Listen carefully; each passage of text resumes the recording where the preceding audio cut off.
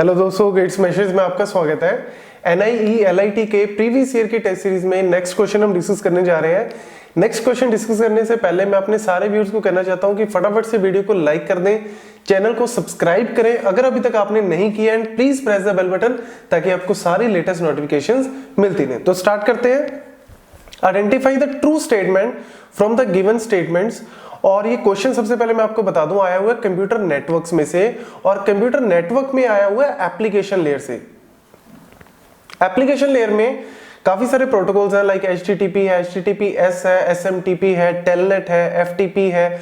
इन protocols के जितने भी ये फेमस प्रोटोकॉल्स हैं 4-5, इनके आपको एक तो पोर्ट नंबर जरूर याद होने चाहिए, क्योंकि पोर्ट नंबर भी इनसे रिलेटेड जो है वो पूछा जा सकता है। और इनकी बेसिक प्रॉपर्टीज, मतलब कि कौन सा स्टेटलेस है, कौन सा स्टेटलेस नहीं है, ये आपको पता होना चाहिए। इसके अलावा इनकी लाइक कौन सा 2 कनेक्शन यूज करता है, सिंगल कनेक्शन, मतलब इनके बारे में बेसिक अगर आप विकिपीडिया से भी पढ़ लेते हो ना, वहां से भी आपको इसकी इंफॉर्मेशन जो है वो मिल जाएगी।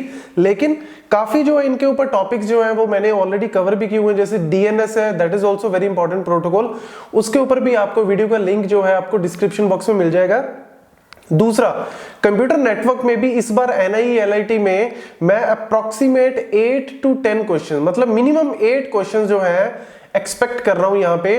तो आप कह सकते हो कि कंप्यूटर नेटवर्क भी बहुत इंपॉर्टेंट है यहां पे, क्योंकि अगर एक सब्जेक्ट में से 7 से 8 क्वेश्चंस आ रहे हैं, और अगेन टॉपिक वही है, जैसे आईपी एड्रेसिंग में से क्वेश्चन आने के चांसेस हैं। इसके अलावा जो बेसिक लेयर की फंक्शनैलिटीज है उसमें से क्वेश्चन आने के चांसेस है। IPv4 का हेडर जो है उससे रिलेटेड आ सकता है, TCP का हेडर है, या फिर एप्लीकेशन लेयर से रिलेटेड जो ये टॉपिक्स है इनके ऊपर क्वेश्चन आ सकते हैं। तो ये बेसिक लेवल के ही आपको प्रिपेयर करके जाने हैं। और डिस्क्रिप्शन बॉक्स में जो लिंक दिए हुए हैं उसको जरूर चेक करना, क्योंकि उसके ऊपर आपको कॉन्सेप्ट पता लगेंगे, ताकि आप ज्यादा से ज्यादा कॉन्सेप्ट कर लो, फिर क्वेश्चन हम यहाँ पे डिस्कस करेंगे, ताकि आपको दोनों जो है वो तैयारी होती रहे, कॉन्सेप्ट भी हो जाए और क्वेश्चन भी आपके कवर हो जाए। तो यहां पे कह रहा है HTTP में use different TCP connection for different objects of a web page if non persistent connection is used. Yes, this statement is true. Actual में होता क्या है कि नॉन परसिस्टेंट कनेक्शन का मतलब क्या है कि नॉन परसिस्टेंट और परसिस्टेंट दो तरीके से हम कनेक्शन को यूज करते हैं। तो पैरेलल कनेक्शंस जो है वो यहाँ पे यूज होते हैं। तो पैरेलल कनेक्शंस में हम एक्चुअली यूज क्या करते हैं, डिफरेंट TCP कनेक्शन जो है वो यूज करते हैं सिंगल वेब पेज से डेटा को एक्सट्रैक्ट करने के लिए। तो ये स्टेटमेंट ट्रू है। दूसरी स्टेटमेंट की अगर बात करें, FTP uses 2 TCP connection. Yes, this is also true, one for the data and one for the control statement. मतलब कंट्रोल स्टेटमेंट्स को, या आप कह सकते हो कि जो कमांड्स है, कमांड्स को ट्रेवल करने के लिए या कम्युनिकेट करने के लिए अलग से पोर्ट नंबर हम यूज करते हैं। 2 पोर्ट नंबर हम यूज करते हैं, 20 एंड 21। एक पोर्ट से हम डेटा को ट्रांसफर करते हैं और एक पोर्ट से हम जो है वो कमांड्स को ट्रांसफर करते हैं। तो ये भी स्टेटमेंट ट्रू है। Next, telnet and FTP can use 2 connection. FTP can use 2 connection, but telnet no, telnet cannot use 2 connection.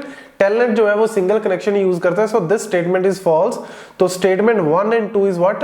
True. telnet का पोर्ट नंबर मैं आपको बता दूं 23 है, FTP का मैंने आपको बता दिया 20, 21, और HTTP का पोर्ट नंबर है 80। ये पोर्ट नंबर्स भी आपको याद रखने हैं। नेक्स्ट हमारे पास आता है, ये क्वेश्चन आया हुआ है TOC में से।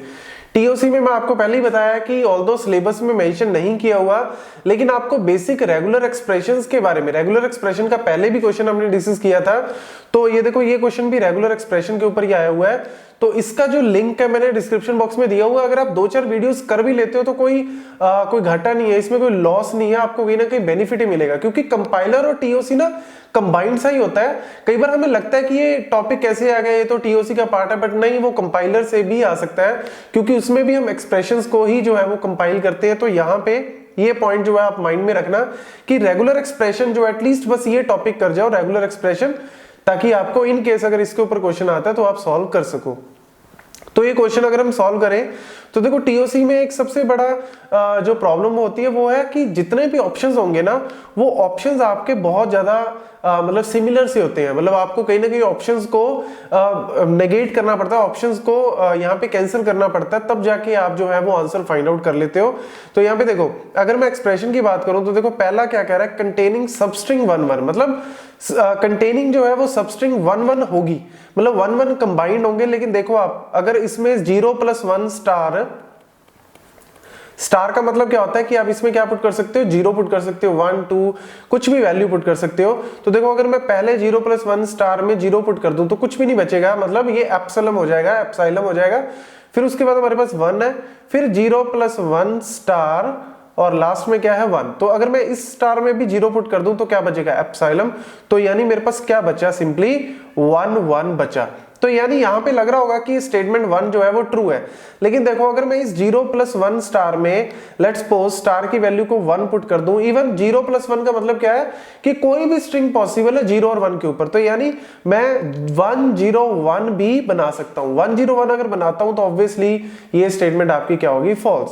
Next, the set of all string containing at most 2, मतलब ज्यादा से ज्यादा 2 1 होनेंगे, नहीं ये भी गलत है, क्योंकि ज्यादा से ज्यादा 2 नहीं है, कम से कम 2 अगर कहते हैं तो ठीक है, क्योंकि ज्यादा से ज्यादा 2 नहीं है। यहाँ पे 0 + 1 स्टार है, आप जितने मर्जी 1 क्रिएट करते रहो, यहाँ पे भी जितने मर्जी 1 जो है वो जनरेट करो। तो ये स्टेटमेंट तो क्लियरली रॉन्ग है। एटलीस्ट 2, हाँ वो मैंने आपको पहले ही बताया, अगर आप इस स्टार में 0 पुट कर देते हो तो एप्सिलम बचा, इसमें 0 पुट कर देते हो तो एप्सिलम बचा। तो यानी मिनिमम से मिनिमम स्ट्रिंग आपकी क्या बनेगी, 1 1 बनेगी। यानी कम से कम आपके 2 1 तो आएंगे, उससे ज्यादा जो है वो आ सकते हैं। Set of all string that begin and end with 0, no 0 + 1 star है, चाहे आप 1 से स्टार्ट कर दो, इवन लास्ट में आप कह सकते हो कि लास्ट में 1 आएगा, लेकिन स्टार्टिंग में 1 आएगा ये कोई जरूरी नहीं है, स्टार्टिंग में 0 आएगा ये कोई जरूरी नहीं है।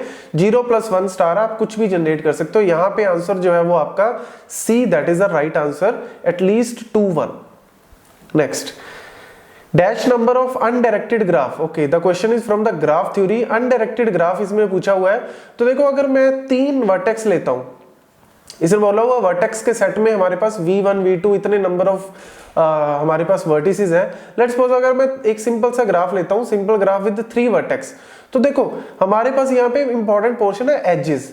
तो एजेस जो है, या तो आप एज को कंसीडर करो चाहे ना कंसीडर करो, मतलब इस एज को मैंने लेट्स सपोज नहीं लिया, यहाँ पे लिया था यहाँ पे नहीं लिया। ऐसी अगर मैं बात करूं इस एज की, चाहे आप लो चाहे ना लो, ऐसी अगर इस एज की बात करें, चाहे आप इस एज को लो चाहे ना लो, मतलब वर्टेक्स 3 के 3 होने चाहिए। लेकिन एज के पास, एज से रिलेटेड आपके पास 2 ऑप्शन है, चाहे एज को लो चाहे ना लो, एज को कंसीडर करो चाहे ना कंसीडर करो। मतलब अगर आपके पास सिंपली पूछा जाए तो आप कह सकते हो कि अगर हमारे पास हर एक एज के लिए 2 पॉसिबिलिटी है, चाहे एज को कंसीडर करो चाहे ना कंसीडर करो, तो ऑब्वियसली आप कह सकते हो यहाँ पे एजेस जो है वो मैटर करती हैं। तो एजेस के बेसिस पे, अब हमें एजेस तो यहाँ पे दे नहीं रखी, तो एजेस अगर नहीं दे रखी तो ऑब्वियसली हम वर्टेक्स के बेसिस पे इसका आंसर फाइंड आउट करेंगे। तो अगर हम एजेस के पॉइंट ऑफ व्यू से बात करें तो आप कह सकते हो 2 पावर n जो है वो टोटल नंबर ऑफ, या 2 पावर e जो है वो total number of graphs possible है, where e is a number of edges. क्योंकि हर एक एज के कॉरेस्पॉन्डिंग 2 ऑप्शन है, चाहे एज कंसीडर करो नहीं कंसीडर करो। तो 2⁻e, n एक्चुअली हम वर्टेक्स के लिए लेते हैं, तो n लेने की बजाय आप e ले लो, दैट इज अ 2⁻e। अगर आपको दिए हो 3 एज तो आप कह सकते हो 2⁻3, मतलब 8 ग्राफ्स जो है वो पॉसिबल है। लेकिन यहाँ पे अब एज तो दी नहीं है, यहाँ पे वर्टेक्स दी है, मतलब n नंबर ऑफ वर्टेक्स है। तो अगर हमारे पास n नंबर ऑफ वर्टेक्स है तो मैक्सिमम एजेस कितनी हो सकती है, मैक्सिमम एजेस हम निकालते हैं कंप्लीट ग्राफ में। कंप्लीट ग्राफ में सबसे ज्यादा एजेस होती है, मैक्सिमम कितनी हो सकती है, अगर n वर्टेक्स है तो नंबर ऑफ एजेस होती है हमारे पास n × n-1 divide by 2, n × n-1 divide by 2। ये होता है कंप्लीट ग्राफ में नंबर ऑफ एजेस निकालने का फॉर्मूला, अगर आपके पास नंबर ऑफ वर्टेक्स दिए हो। तो देखो नंबर ऑफ एजेस जो है वो कितनी है, n × n-1 डिवाइड बाई 2। तो आप n × n-1 डिवाइड बाई 2 को क्या करो, इस e की जगह पुट कर दो, तो ओवरऑल फॉर्मूला क्या बन गया, 2⁻n × n-1 डिवाइड बाई 2। आप लिख सकते हो 2⁻nc2 भी इसको लिख सकते हो। तो यहाँ पे फॉर्मूला जो है वो b जो है वो राइट आंसर बन रहा है। तो ये फॉर्मूला आपको इस तरीके से डिराइव भी कर सकते हो, अदरवाइज सिंपली याद भी रख सकते हो। Then Dijkstra algorithm, again the topic is from the algo. और एल्गो में मैंने पिछली वीडियो में भी आपको बताया था कि मैं 4 to 5 क्वेश्चंस जो हैं अकेले एल्गो से एक्सपेक्ट कर रहे हैं, चाहे टाइम कॉम्प्लेक्सिटी से रिलेटेड हो। ये जैसे ये क्वेश्चन आया हुआ है ग्रीडी एल्गोरिदम में से, मतलब ग्रीडी अप्रोच होती है, हफमैन है, इसके अलावा हमारे पास डिजस्ट्रा है, minimum cost spanning tree, Prim's Kruskal, ये सारे जो है वो ग्रीडी टेक्निक के अंदर आते हैं। तो ग्रीडी टेक्निक का ये पार्ट है। इवन आपको डिजस्ट्रा एल्गोरिदम कैसे सॉल्व करते हैं ये भी पता होना चाहिए, हफमैन कोडिंग, इसके अलावा क्रूसिकल प्रिम्स जो है मिनिमम कॉस्ट स्पेलिंग ट्री, ये भी आप जरूर कंप्लीट करके जाएं और इसके लिंक भी आपको डिस्क्रिप्शन बॉक्स में मिल जाएंगे ताकि आप जो है कॉन्सेप्ट भी अपना साथ साथ प्रिपेयर करते रहें। Next, the language, again the topic is from the question is from the TOC, जहां पे हमारे पास लैंग्वेज दी हुई है a b greater than equal to 1 और ये पूछा हुआ है किसके अंदर आती है, रेगुलर है, कॉन्टेक्स्ट फ्री है, कॉन्टेक्स्ट सेंसिटिव है, type 0 but not, type 0 basically unrestricted को हम बोलते हैं, अनरिस्ट्रिक्टेड ग्रामर्स ये आप कह सकते हो, यहाँ पे रिकर्सिव एन्यूमरेबल लैंग्वेजेस, RE लैंग्वेजेस को हम बोलते हैं। तो ये लैंग्वेज की अगर हम बात करें, इसमें इसको सॉल्व करने के लिए हमें एक कंपैरिजन चाहिए, मतलब एक स्टैक की जरूरत पड़ेगी।